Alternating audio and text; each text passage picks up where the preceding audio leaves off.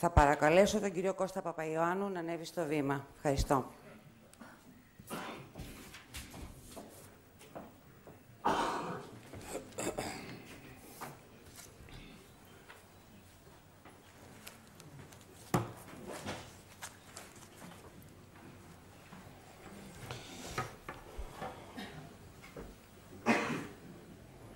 Θα ήθελα να σας χαιρετήσω και εγώ από τη δική μου την πλευρά. Με τους περισσότερους από εσάς γνωρίζουμε πάρα πολλά χρόνια. Είμαι ένας άνθρωπος του λιανεμπορίου περίπου 27-30 χρόνια. Έχω περάσει από πολυεθνικό και ελληνικό λιανεμπόριο. Σήμερα, πριν περάσουμε στα θέματα τα πολύ σημαντικά, τα οποία είναι καθορισμένα και είναι ξεκάθαρα τα θέματα που πρέπει να σας επικοινωνήσουμε που αφορούν ελωμάς, θα ήθελα να κάνω μία μικρή αναδρομή στο ελληνικό λιανεμπόριο για να μπορέσουμε να συνδέσουμε το χθες με το σήμερα. Για να μπορέσουμε να ενώσουμε αυτό που έχει συμβεί τα τελευταία 25-30 χρόνια στην Ελλάδα με αυτό το οποίο διαμορφώνεται, το οποίο είναι ιδιαίτερα ανισχυτικό, είναι διαφορετικό και το οποίο προβληματίζει ιδιαίτερα. Το ελληνικό λιανεμπόριο στη διαδρομή του μέχρι σήμερα αποτελούσε μία μοναδικότητα πανευρωπαϊκή. Και αποτελούσε μία μοναδικότητα πανευρωπαϊκή διότι ήταν στημένο σε υψηλότατους τζίρους, σε υψηλές κερδοφορίες και μία εκπληκτική ρευστότητα η οποία έδωσε μία αριθμητική ανάπτυξη σε επίπεδο αριθμού καταστημάτων πάρα πολύ μεγάλη και πάρα πολύ γρήγορη.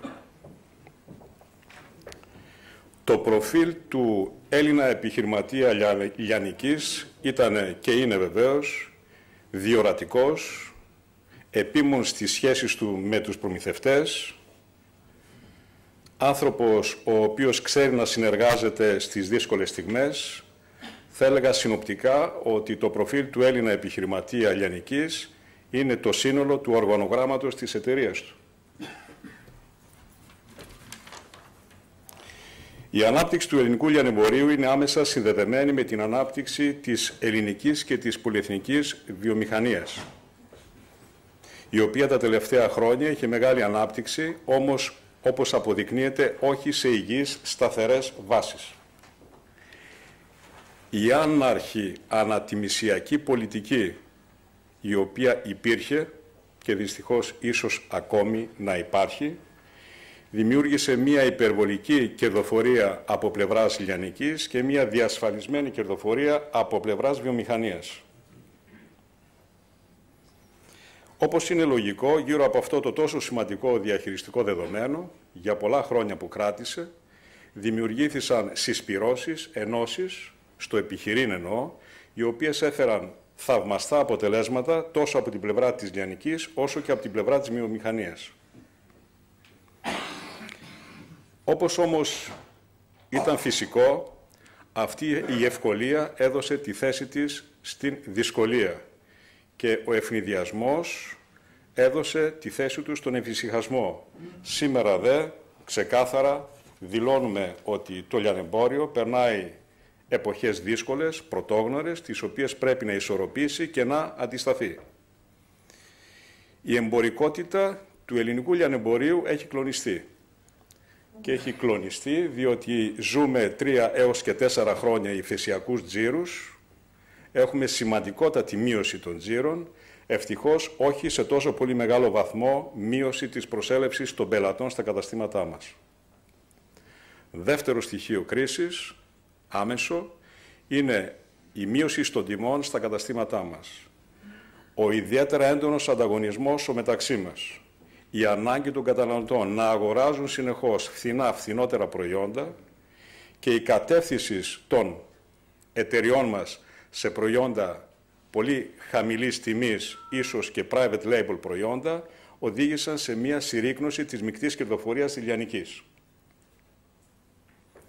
Επίσης, αν και έχει γίνει σοβαρή εκαθάριση του κωδικολογίου, αν και έχει γίνει σοβαρότατη εκαθάριση των αποθεμάτων στα καταστήματά μας, παρά τα αυτά, η μείωση του τζίρου έχει δημιουργήσει μια σοβαρότατη αργικινησία στα αποθέματα, με αποτέλεσμα να υπάρχει κλονισμός του cash flow και κλονισμός της ρευστότητας. Εάν δεν συμπληρώσουμε σε όλο αυτό το παζλ και την μείωση των ημερών πίστοσης από τη δική σας την πλευρά, δικαιολογημένο σε κάποιο βαθμό, αντιλαμβάνεστε πόσο σοβαρό είναι σήμερα το στοιχείο της ρευστότητος στα καταστήματά μας, στις επιχειρήσεις λιανικής που έχουμε.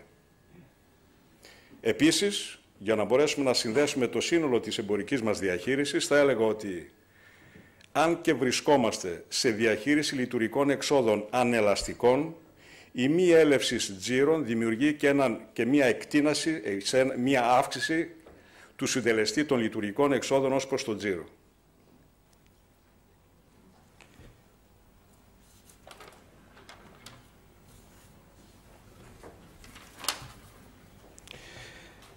Τα λειτουργικά έξοδα, κατά συνέπεια, μαζί με το εμπορικό διαχειριστικό αποτέλεσμα του εμπορικού κέρδους, κλονίζουν σημαντικά το εμπορικό διαχειριστικό αποτέλεσμα των επιχειρήσεων λιανεμπορίου, με αποτέλεσμα η μόνη διέξοδός μας να είναι η ανάπτυξη σε καταστήματα για να μπορέσουμε να ισορροπήσουμε τόσο το πιστωτικό κεφάλαιο που έχει κλονιστεί, όπως επίσης και το λειτουργικό κόστος, ώστε αξιακά σταθερό επί της 100 να δημιουργήσουμε μια οικονομία κλίμακος.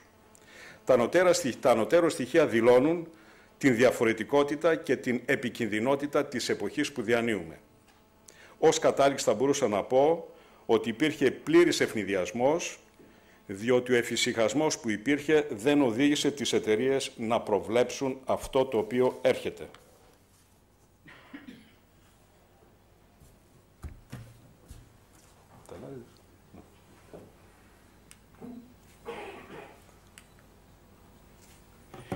Το ελληνικό λιανεμπόριο, η προοπτική του και η εξέλιξή του τα επόμενα χρόνια. Θεωρώ ότι το ελληνικό λιανεμπόριο, όπως είναι λογικό, για να υφίσταται δυνατό τα επόμενα χρόνια, πρέπει να αλλάξει την εμπορική και διαχειριστική του δομή. Πιστεύω ότι πρέπει να αλλάξει περίπου το σύνολο των διαδικασιών του. Πρέπει να γίνει επένδυση σοβαρά στη γνώση και στον ανθρώπινο παράγοντα. Το τελευταίο είναι οι βάσεις, διότι επειδή η γνώση σε χρόνους που έπρεπε δεν προέκυψε, πρέπει να δοθεί χώρος δράσης ουσιαστικός σε στελέχη τα οποία θα μεταφέρουν τεχνογνωσία. Αυτό σημαίνει σε ένα μεγάλο βαθμό, σε μεγάλο ποσοστό, τα περισσότερα στοιχεία του ελληνικού λιανεμπορίου μεταλλάσσονται και αλλάζουν ριζικά. Και επειδή όμως πρέπει να δώσουμε και μία ενθάρρυνση και μία φιλόδοξη νότα στην κουβέντα μας, πρέπει να δηλώσουμε και να πούμε ότι όποτε το ελληνικό λιανεμπόριο δοκιμάστηκε και προβληματίστηκε, πάντα βρήκε διεξόδους, πάντα βρήκε λύσεις και νομίζω ότι σχημάτισε και έκτισε μία επόμενη μέρα πετυχημένη. Θέλω να πιστεύω ότι και σε αυτή την περίπτωση, στην περίοδο που διανύουμε, θα συμβεί το όμοιο με το χθες. Και ερχόμαστε στον όμιλο Ελωμάς. Ο όμιλος Ελωμάς τα τελευταία χρόνια ως όμιλος συμφωνιών και αγορών δημιούργησε μια ιδιαίτερα θετική προϋπόθεση για τα μέλη του, ώστε με την συσπήρωσή τους αυτοί να κομίσουν σημαντικά εμπορικά και διαχειριστικά ωφέλη.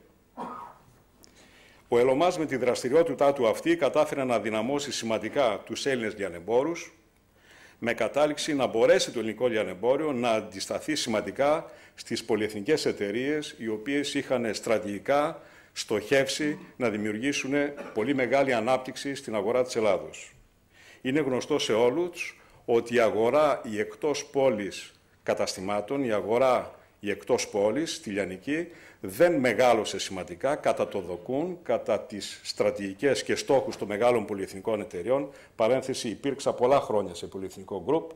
Δεν υλοποιήθηκε το μεγάλωμα της αγοράς της εκτός πόλης, διότι το κατάστημα το εντός πόλης με τα τετραγωνικά του τα μέτρα και με την ισχυρή δυναμική του εμπόδισε αυτή την ανάπτυξη. Ο όμιλος Ελωμάς έως σήμερα, με την πορεία του τη σταθερή, αντίθετα με άλλους ομίλους, κράτησε το προφίλ του, διατηρώντας πάντα ακλόνητους τους λόγους για τους οποίους δημιουργήθηκε.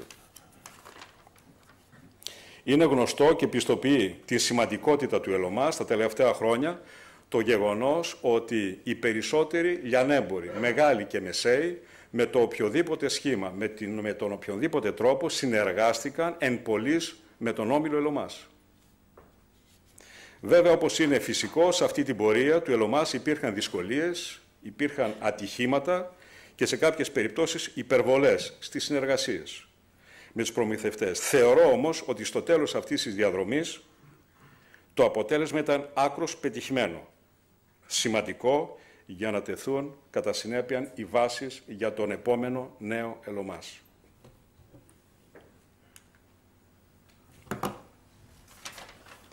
Ο όμιλος ΕΛΟΜΑΣ στο νέο περιβάλλον του λιανεμπορίου, όπως διαμορφώνεται, είναι μια σημαντικότατη υπόθεση για όλους εμάς. Μας προβλημάτισε ιδιαίτερα σημαντικά το γεγονός πώς μπορεί ο ΕΛΟΜΑΣ να στηθεί ως σοβαρός παίκτης στο νέο περιβάλλον λιανικής που διαμορφώνεται. Θεωρούμε ότι το περιβάλλον της λιανικής θα έχει διαφορετικά τελείως στοιχεία από αυτά που είχε στο παρελθόν. Εμείς ξεκάθαρα, οι άνθρωποι του ΕΛΟΜΑΣ, ορίσαμε να είμαστε παρόντες. Και ορίσαμε όχι μόνο να είμαστε παρόντες, ορίσαμε και να είμαστε και πρωταγωνιστές. Είναι αποφασισμένο να ενισχυθεί, να οργανωθεί ο όμιλος ΕΛΟΜΑΣ, ώστε να ακολουθήσει τα νέα δεδομένα του λιανεμπορίου. Η ενίσχυση αυτή αφορά νέες συνεργασίες με επιχειρήσεις που θα έχουν απαραίτητα το ποιοτικό προφίλ, εμπορικό ποιοτικό προφίλ με τα λοιπά μέλη του ΕΛΟΜΑΣ. Ο ΕΛΟΜΑΣ ως βασικός παίχτης ρυθμιστής του ελληνικού λιανεμπορίου έχει ξεκάθαρη προοπτική, στην οποία η βάση είναι η νέα του οργάνωση σε όλα τα επίπεδα.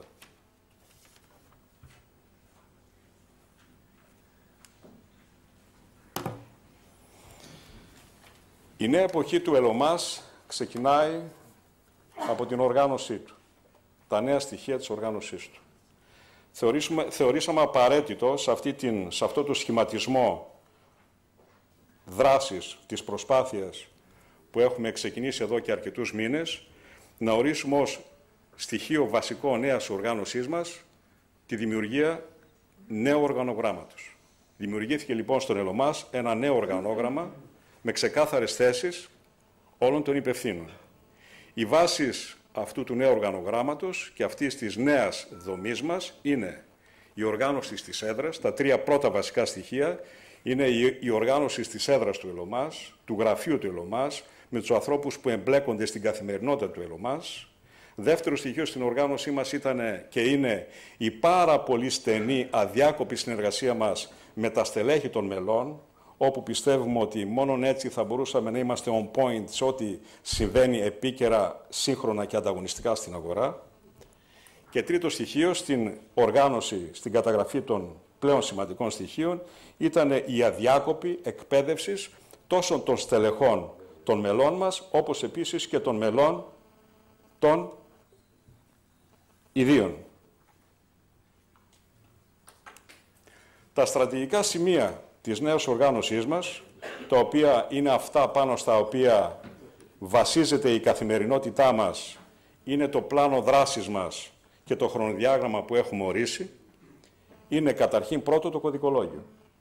Ξεκαθαρίσαμε ότι το κωδικολόγιο ως εμπορικό στοιχείο είναι το πρώτο το οποίο μπορεί να δημιουργήσει τη διαφορά με το χθες και σαφώς και θα είναι αυτό το στοιχείο με το οποίο θα μπορέσουμε να ενώσουμε από κοινού τα εμπορικά μας στοιχεία για να προχωρήσουμε.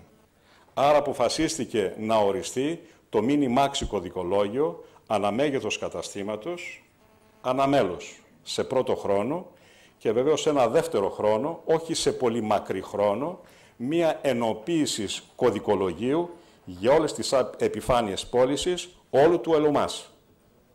Θεωρούμε ότι αυτό είναι πάρα πολύ σημαντικό άπαξ να καθοριστεί, διότι με αυτόν τον τρόπο θα τονώσουμε την εμπορικότητά μας σε κάθε μία ομάδα και σε κάθε μία υποομάδα που δουλεύουμε.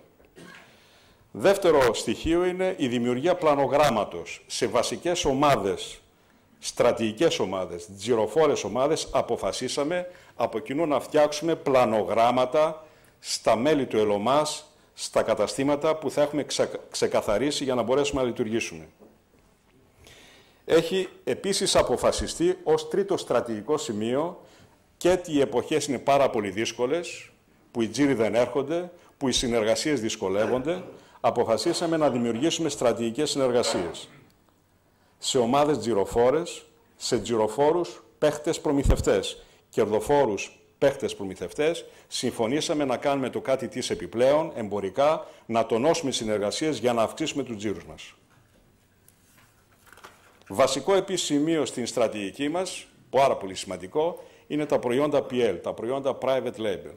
Εδώ πέρα υπάρχει μια διτή δράση. Η πρώτη δράση αφορά τα νέα προϊόντα, όπου έχουν μπατζετοποιηθεί χρονικά σε επίπεδο αριθμού, σε επίπεδο τζίρου, συμμετοχών στις ομάδες που εμπλέκονται. Και δεύτερο, τα προϊόντα τα παλιά, τα private label, τα οποία θα επανασχεδιαστούν, θα επανακοστολογηθούν για να μπορέσουν να ορίζουν τους στόχους για τους οποίους έχουν υλοποιηθεί. Τέλος, για να είμαστε σύνομοι με το στόχο που έχουμε ορίσει στα προϊόντα private label, τα οποία είναι ένας ρυθμιστής άγκυρα στα εμπορικά μας και στα διαχειριστικά μας, έχουμε καταλήξει ότι τα private label, για να μπορούν να υφίστανται και να υπάρχουν, πρέπει να πληρούν τους όρους τζίρος, συμμετοχή, κέρδος και ρευστότητα.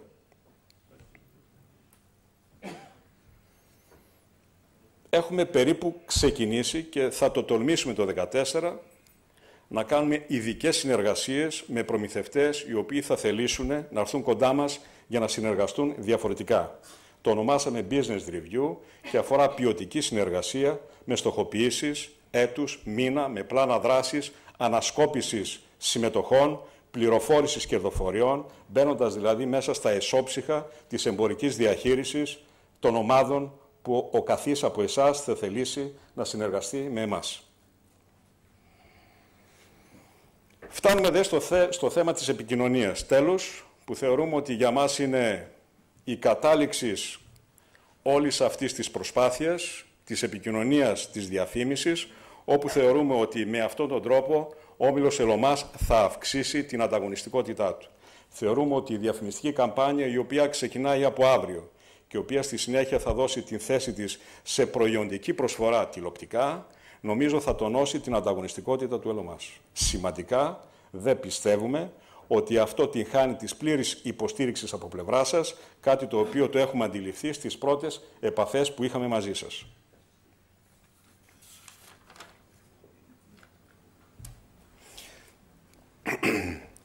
Θεωρούμε πάρα πολύ σημαντικό ο Ελωμάς να γίνει ανταγωνιστικός.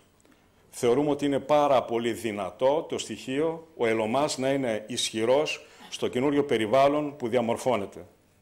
Είναι το πιστεύω μας σημαντικό ο Ελωμάς ανάχωμα σε ό,τι συμβαίνει λιανεμπορικά στα επόμενα χρόνια. Και επειδή η αγορά οδηγείται σε λίγους λιανεμπόρους, για ευνόητους λόγους δυσάρεστο και για τις δύο τις πλευρές, θεωρούμε ότι ο Ελωμάς πρέπει ως ρόλος αναχώματος να μπορέσει να σταματήσει αυτή την πορεία η οποία τα τελευταία χρόνια, ίσως και σε μήνες, έχει πάρει μια ιδιαίτερα δυναμική εξέλιξη. Κλείνοντας, πιστεύω ότι είναι πάρα πολύ σημαντικό να αναφέρω πως όλα αυτά ξεκίνησαν να υλοποιούνται διότι η διορατικότητα, η εμπειρία ενός ανδρός τα καθόρισε να γίνουν. Ο πρόεδρος μας, ο Απόστολος Αλεξάκης, με τη σοφία του, όπως δημιούργησε τον Ελωμάς, με τον ίδιο τρόπο τον οπλίζει σήμερα, δίνοντας την δυνατότητα σε όλους εμάς να μπορούμε να γυρίσουμε σελίδα. Τον ευχαριστούμε όλοι μας από βάθος καρδιάς.